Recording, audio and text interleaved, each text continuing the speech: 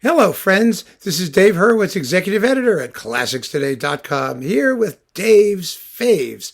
And today I want to talk about one of my very favorite of the series of film music samplers conducted by Charles Gerhardt. Yeah, Chuck Gerhardt, that was the guy.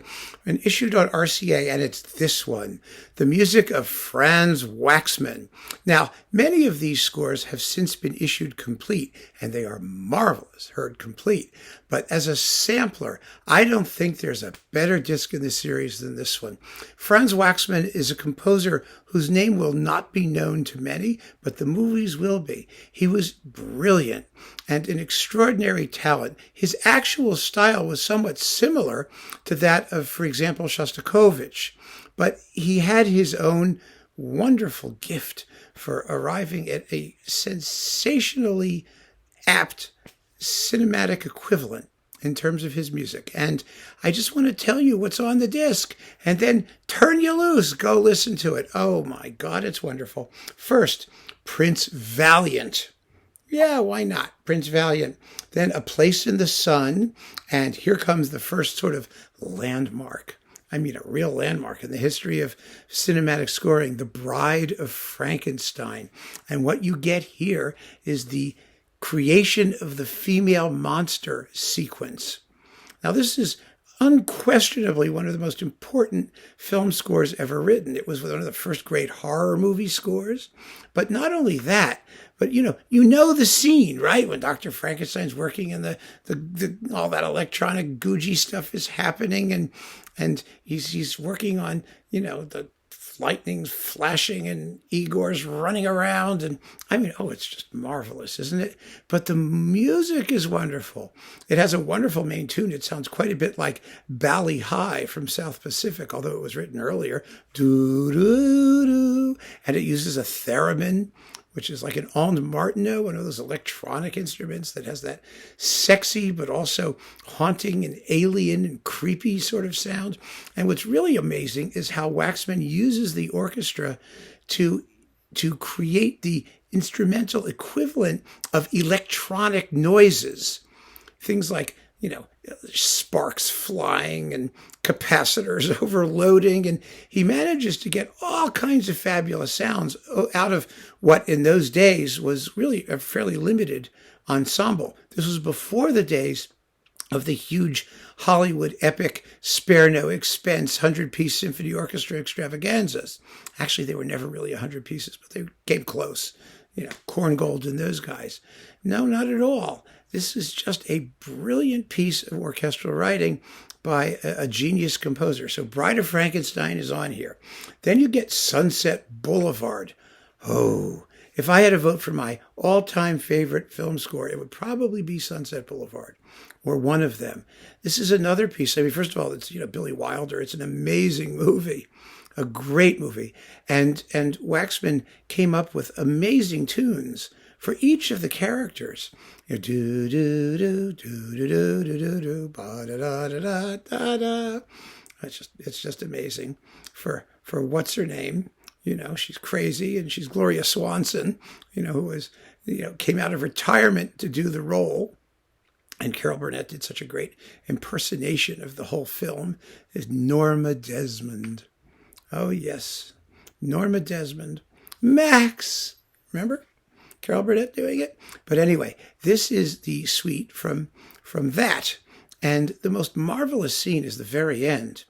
Okay, Mr. DeMille, I'm ready for my close-up. That sort of thing. It's just incredible. And but what happened then, it was just a wonderful story, is that Billy Wilder wanted to use Strauss's Salome, or Salome, as they say in the movie, because the movie that the insane Norma Desmond wants to remake is Salome. And Waxman said, no, let me do it. I can do it. And he does do it. If you know the final scene from Salome and you listen to Waxman's take on it, it's not like he's trying to hide anything. He's trying to redo the final scene from Salome. And it's just phenomenal, absolutely phenomenal, and scary. Just as scary when she's dead and she comes down for her close-up. And, there's this, it's a terror. Her theme is a tango. Ya da da da da da da da da da. Ba-dum bum ba-dum ba-dum. And it's just with this dissonance and crazy raunchy sound. Gives you a chill. It's absolutely brilliant. So that's in here. And then we have Old Acquaintance and Rebecca. Now, I did a talk about Rebecca already in my film score series chats, where we talked about, it's the Alfred Hitchcock horror gothic sort of mystery story with Mrs. Danvers and all the craziness going on there, the evil spirit of Rebecca that haunts the house.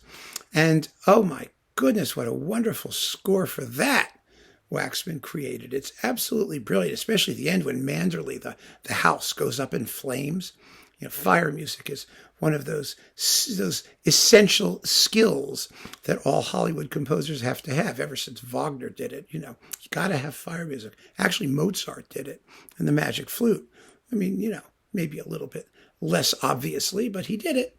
And then we've got the Philadelphia Story, which is an unbelievable classic, a comedy, a sex comedy, a wonderful, wonderful film with a fabulously sophisticated and charming accompaniment. And last but not least, I love this.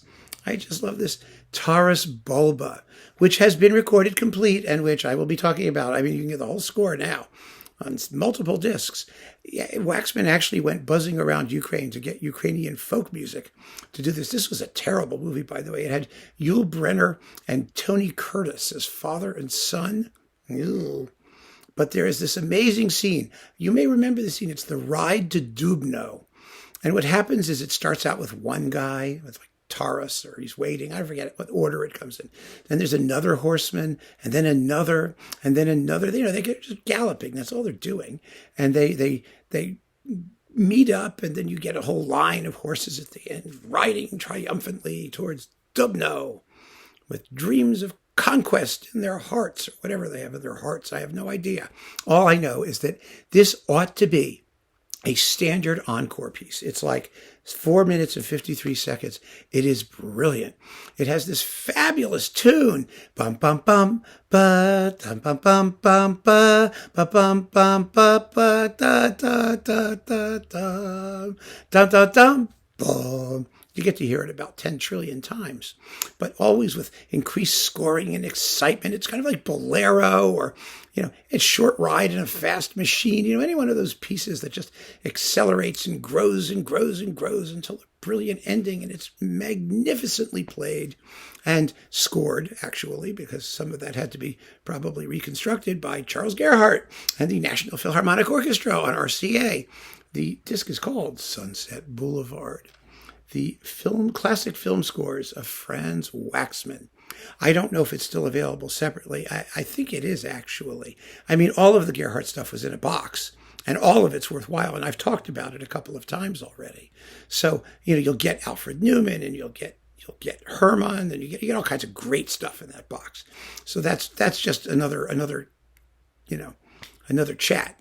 But my fave is definitely Franz Waxman, and this is one of those things. I have it in my car, I have it on my iPod, I have it everywhere, because the music is just so good, and it's such a wonderful, varied selection. Everything from bedroom comedy to horror movie to adventure to, it's all here.